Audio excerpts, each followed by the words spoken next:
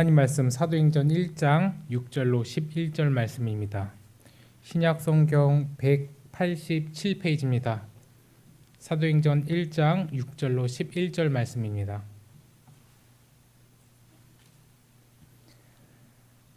사도행전 1장 6절로 11절 말씀입니다. 제가 한 절 여러분이 한 절 교독하고 우리 마지막 11절 합독하겠습니다. 그들이 모였을 때 예수께 여쭈어 이르되 주께서 이스라엘 나라를 회복하심이 이때니까 하니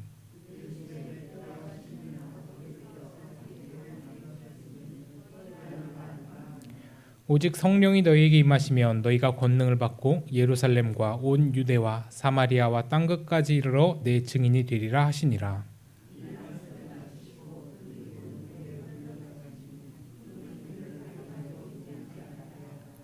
올라가실 때 제자들이 자세히 하늘을 쳐다보고 있는데 흰옷 입은 두 사람이 그들 곁에 서서 이르되 갈릴리 사람들아 어찌하여 서서 하늘을 쳐다보느냐 너희 가운데서 하늘로 올려지신 이 예수는 하늘로 가심을 본 그대로 오시리라 하였느니라. 아멘. 오늘 우리가 함께 읽은 본문 6절을 보면 이 제자들의 질문이 하나가 나옵니다. 바로 이스라엘 나라를 회복하심이 이때니까 라는 제자들의 질문입니다. 근데 우리가 여기서 좀 집중을 해서 봐야 될 단어가 바로 이 회복이라는 단어입니다. 왜 제자들이 이 회복이라는 단어를 썼는지를 먼저 보면 이 회복이라는 단어가 원어로 아포카디스템이라고 합니다. 이거는 어떤 정치적인 나라의 회복을 이야기하는 그런 원문입니다.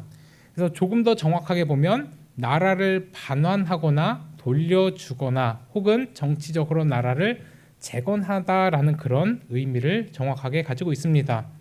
그러면 왜 제자들이 이 용어를 선택하고 사용을 했는지 그들의 속마음이 아주 적나라하게 잘 보여지고 있는 대목입니다. 완벽하게 하나님의 나라를 이 정치적인 나라로 이해를 한 겁니다. 그런 개념으로 나라가 회복되는 것이 언제냐라고 이제 예수님께 물은 것이죠.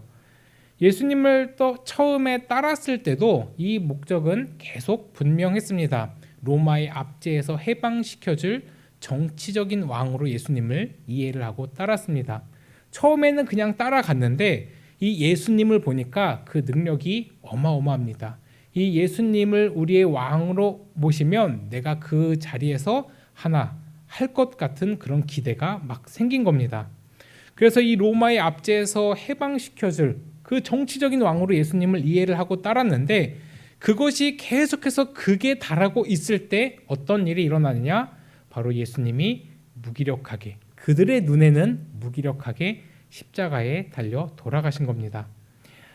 그들의 계산 속에는 이런 무기력한 패배는 없었습니다. 그런데 예수님이 십자가에 달려 돌아가십니다. 그러니까 내 기대와 내 어떤 생각과 전혀 맞지 않으니까 그 모든 제자들이 거의 다 비슷한 행동들을 합니다.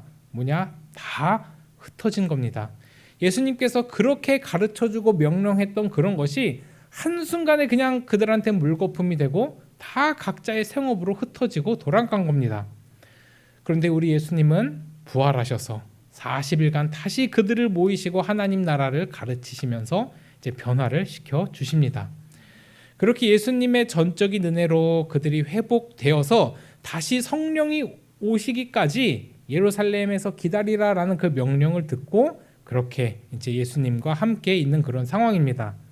그렇게 예수님의 전적인 은혜로 회복됐는데 그 말을 듣고도 이런 정치적인 회복을 묻는 것을 보면 그들의 욕심과 의도가 아직까지 남아있다라는 걸 볼 수가 있습니다. 자신들의 야망을 전혀 포기하지 않았구나라는 것을 확연하게 볼 수가 있습니다. 예수님이 생각하시는 회복과 또 그 제자들이 생각하는 회복이 너무나 다르고 있다라는 걸 알 수가 있습니다. 이 말씀이 드러내고 싶은 것이 바로 이것입니다. 아직까지 세상의 크기와 논리로 예수님을 이해하고 있는 그들의 욕심과 어리석음을 지적을 하고 싶었던 겁니다. 제자들 스스로 생각하기에 전혀 자신들이 틀렸다고 생각을 하지 않았습니다. 반드시 이스라엘이 이 로마의 압제에서 벗어나서 힘있고 부강한 나라로 성장을 해서 반드시 그 위에서 하나님의 이름을 통해서 영광을 올려드리고 자신들은 멋지게 사용될 그 엄청난 꿈에 부풀어 있었던 겁니다. 그런데 이게 바로 하나님의 나라를 세상적인 관점으로 이해했을 때 일어나는 가장 먼저 일어났던 오해입니다. 왜냐하면 이런 오해가 이 당시에만 있는 것이 아니라 지금 우리에게도 동일하게 또 있기 때문입니다. 우리의 생각과 계획 속에는 사실 실패가 존재하면 안 됩니다. 그리고 우리의 생각 속에는 아픔이나 어려움이 좀 없었으면 좋겠습니다. 그래서 우리가 늘 기도하기는 우리가 잘 되기를 기도합니다. 승리와 영광이 가득하길 기도합니다.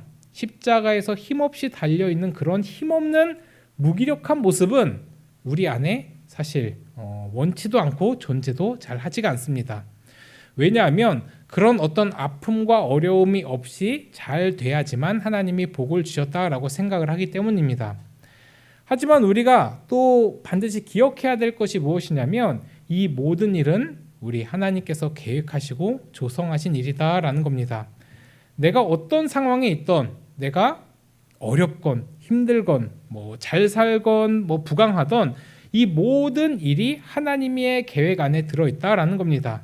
그러니까 우리는 그 안에서 하나님이 하나하나 주신 그것들에 감사하면서 살아가면 된다라는 겁니다.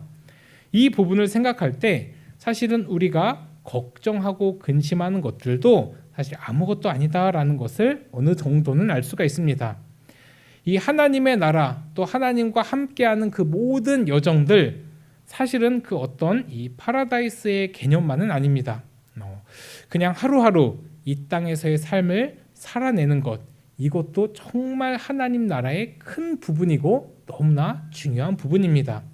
우리가 생각하고 기도하는 게 당장에 하루 이틀 뒤에 아니면 일주일 뒤에 한 달 뒤에 일어나지 않더라도 하나님이 주신 그 하루하루를 감사함으로 받아들이고 어려워도 힘들어도 잘 돼도 그 하루하루를 감사하며 잘 살아내는 것, 이것이 또 하나님의 나라를 살아가는데 너무나 중요하다라는 겁니다.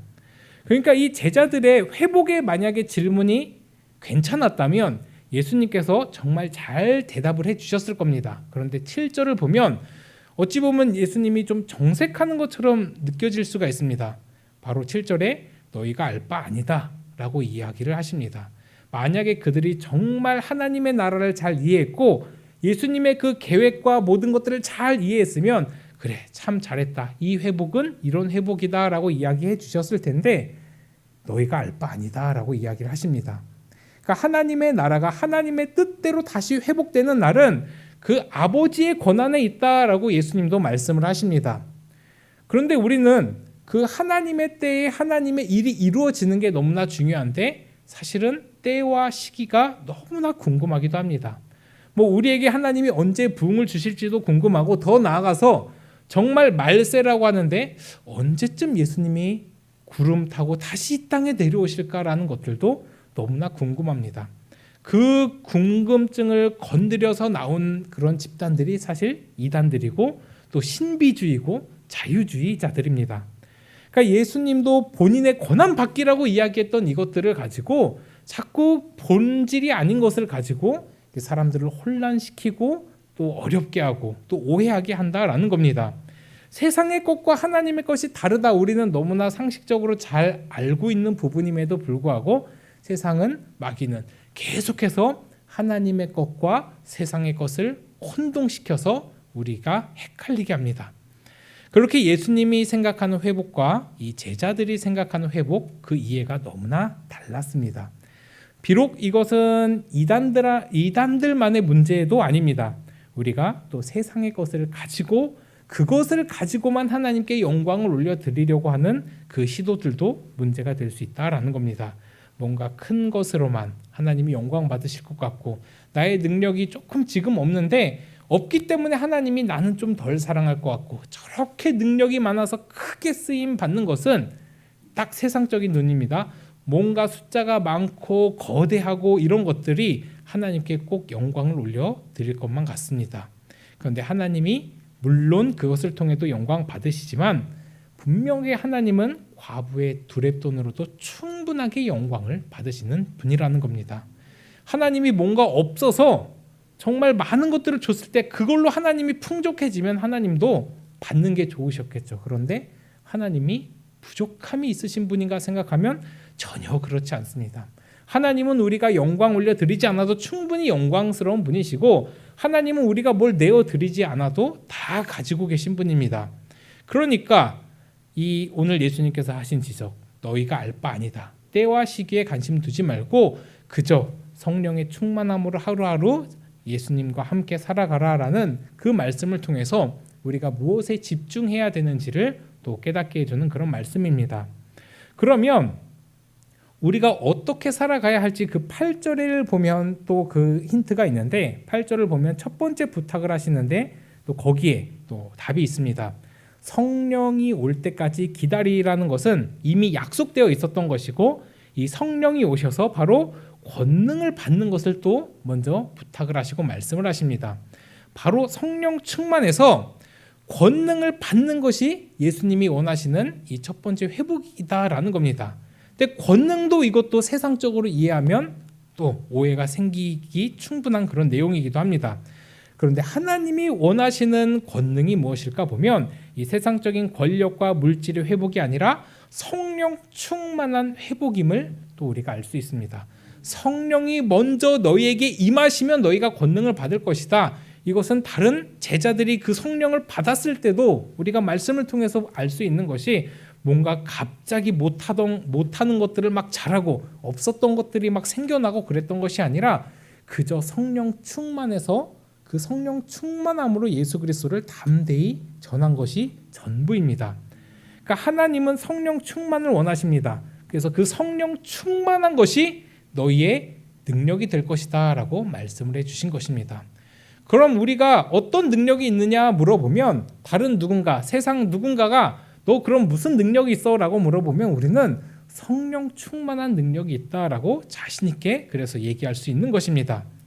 사단은 우리를 공격할 때 이 성령 충만함으로 우리가 충분히 만족하고 이거 하나만으로도 너무나 기쁜 일임에도 불구하고 그것만으로는 계속 부족하다라고 우리를 속입니다.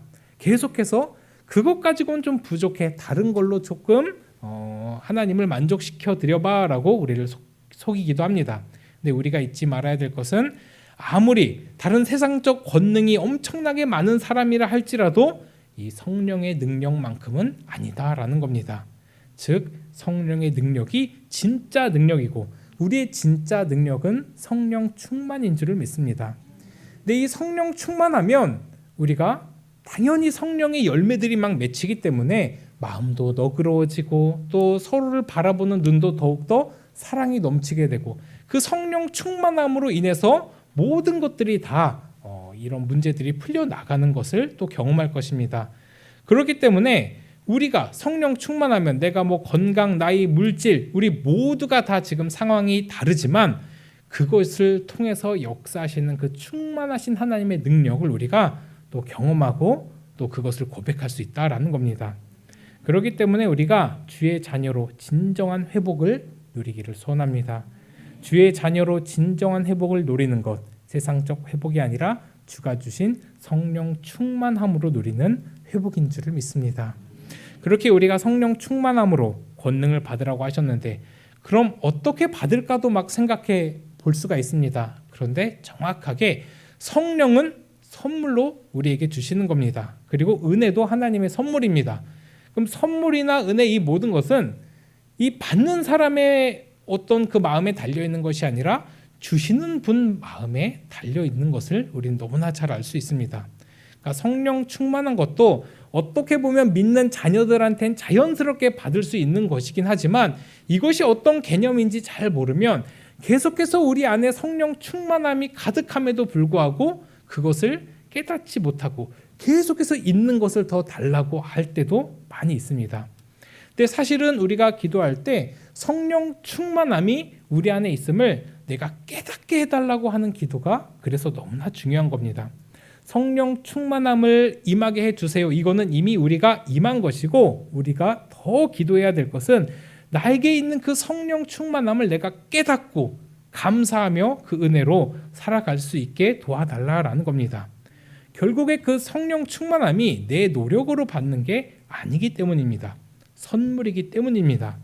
하나님의 자녀는 그리고 누구나 받을 수 있고 이미 내 안에 계신 성령님, 이미 받아서 내 안에 내주하고 계시는 그 성령님입니다.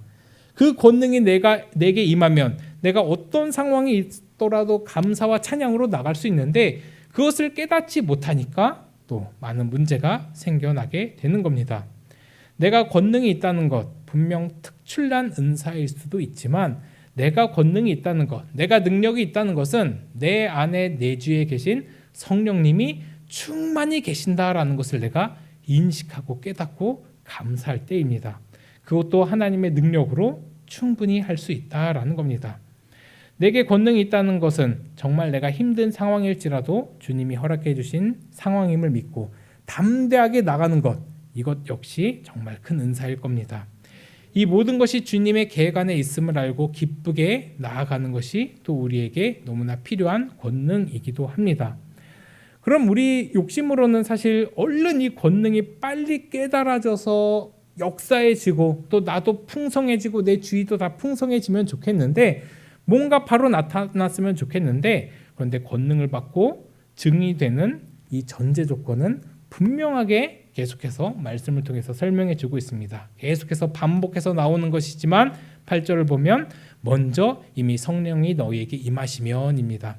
이 성령이 이때 임하셨는데 이 오순절 성령의 역사로 이들이 기다렸던 성령은 오셨습니다. 그럼 그때 오신 성령님은 이제 왔다 갔다 하지 않으십니다. 이미 내 안에 내주하고 계신 그 성령님은 이제는 어디 가지도 않으시고 내 안에서 역사해 주실 것입니다. 그렇게 성령이 충만하면 우리에게는 정말 세상을 보는 눈이 많이 달라질 것이고 또 내 안에서 많은 증거가 나타날 것입니다. 그래서 우리에게 늘 성령 충만하기를 우리가 기도를 하는데 먼저 성령님이 우리에게 임하시면 나타나는 특징들이 참 많은데 그중에 몇 가지만 보고 말씀을 마칠 텐데 먼저는 우리 성경에서 성령을 표현할 때 이렇게 표현을 합니다. 예수 그리스도를 증거하는 영이다라고 표현을 합니다. 이 예수님을 증거할 수 있는, 예수님을 알 수 있는, 그리고 예수님을 인식할 수 있는 그 도움은 우리 성령님께서 주신다라는 그런 말씀입니다. 성령이 역사하셔야지 그 성령님의 역할을 통해서 내 안에서 삶이 어떻게 드러나는지도 알 수가 있는데 결국에 예수 그리스도의 능력으로 우리가 하나됨을 깨닫고 또 그 예수 그리스도로 인해서 또 증거가 나오는 것 중에 하나 예수님과 함께 연합할 수 있는 또 능력이다라는 겁니다. 계속해서 우리에게 또 말씀으로 또 우리가 계속해서 기도하는 것이 바로 이 연합입니다. 이 연합 역시 성령 충만함으로 예수 그리스도와 함께 이루어갈 수 있는 또 하나님의 선물이고 능력인 줄을 믿습니다. 그 성령, 사실은 우리가 이제는 하나 되어서 하나님과 함께 나아가려고 할 때 성령님도 물론 우리에게 역사하시고 도와주시지만 세상 온갖 마귀가 다 방해할 것이 분명합니다. 왜냐하면 하나님은 우리가 연합하고 하나 되는 것을 너무나 원하시지만 사단은 그것을 제일 무서워하기 때문입니다. 우리가 서로 사랑하며 또 서로 위로하며 조금 누군가 뒤처지고 힘들어할 때 손잡아 이끌어주는 이것이 우리한테는 너무나 강력한 힘이고 능력인데 이 세상 마귀는 우리의 연합을 너무나 싫어하고 또 이것을 두려워합니다. 그래서 이 코로나 이후의 이 시대 때 연합하는 이 일, 모이기에 힘쓰는 일을 가장 크게 방해하는 것을 또 많이 볼 수가 있습니다. 우리가 함께 연합해서 함께 손잡고 나아갈 때 당연히 사단의 방해가 있을 것을 우리가 알고 또 마음의 상함이 있을 것이 또 어느 정도는 또 역사적으로도 분명하고 그렇기 때문에 우리가 더 신뢰하고 믿어야 될 것, 그럴 때일수록 우리 성령님도 우리와 함께 반드시 역사하시고 일하신다라는 이 사실을 잊지 않아야 된다라는 겁니다. 어렵고 힘들 때일수록 성령의 역사는 더 빛을 발하고 더 하나님 앞에 또 영광을 올려드릴 수 있는 것입니다. 그렇게 성령님이 우리 안에서 함께 연합하게 하시고 그 연합으로 인해서 가장 큰 능력이 나오는 게 서로 또 감사가 넘쳐나게 하는 겁니다. 이 성령의 역사가 정말 은혜를 주신 것을 깨닫게 해주시는 그 능력인데, 우리가 서로 하나 되어서 함께 힘을 합쳐서 한 곳을 바라보며 역사함으로 이렇게 교회를 섬겨 나갈 때, 이 고린도전서 2장 12절의 말씀처럼 하나님은 그 은혜를 기억하기를 원하시고, 또 그 안에 은혜를 나누면 나눌수록 풍성한 그 은혜로 우리가 또 하나 되기를 원하신다라는 겁니다. 이미 우리는 성령의 충만함도 받았고, 또 우리는 하나님의 은혜로 이미 입은 자입니다. 이 히브리서 1장 14절을 보면 이 상속자라는 표현이 나오는데, 상속자, 우리는 하나님께 이미 상속자로서 하나님의 모든 것을 다 소유한 존재이기도 합니다. 그럼에도 불구하고 이 하늘 아버지의 상속자임에도 불구하고 때로는 세상의 노예처럼 살아갈 때도 너무나 많습니다. 그런데 이거는 정확하게 우리의 능력을 우리가 모르기 때문이고, 성령 충만함이 내 안에 있음에도 내가 깨닫지 못할 때 나오는 하나의 또 오해일 뿐이다라는 겁니다. 상속자는 아버지의 모든 것을 다 소유한 자입니다. 그렇게 많은 것을 가지고 있음에도 알아차리지 못하고 누리지 못하는 그런 신앙생활을 하지 않고, 우리가 하나님과 함께 하나님이 주신 능력으로 성령 충만함으로 반드시 승리하기를 소원합니다. 마지막으로 성령님은 우리의 삶을 또 조명해 주실 것입니다. 사실 우리가 그 길을 아무리 계획해도 우리는 너무나 연약해서 어디로 갈지 몰라 방황할 때도 있을 겁니다. 그럴 때일수록 우리의 삶을 조명해 주시는 등불이신, 나의 갈 길을 인도해 주시는 등불인 우리 성령님을 바라보기를 소원합니다. 우리를 어떻게 연합해 가실지, 어떻게 이끌어 가실지 우리는 성령 충만함으로 성령님과 함께 성령님과 동행하며 나아가야 될 것입니다. 주 말씀이 내 발의 등이고 내 길의 빛이기 때문입니다. 말씀을 마무리하겠습니다. 이 성령 충만함에서 나오는 이 권능, 이것이 우리의 진정한 회복임을 믿습니다. 세상이 말하는 회복은 다른 어떤 눈에 보이는 회복일 수 있지만, 우리 예수 그리스도께서 원하시는 회복은, 하나님이 원하시는 회복은 성령 충만함이 우리 안에 내주에 있는데 그것을 깨닫기를 원하는 능력일 것입니다. 그 성령 충만함으로 권능받아서 우리 삶이 회복되고 가정이 회복되고 교회가 회복되는 역사가 일어나기를 주의 이름으로 간절히 축복합니다.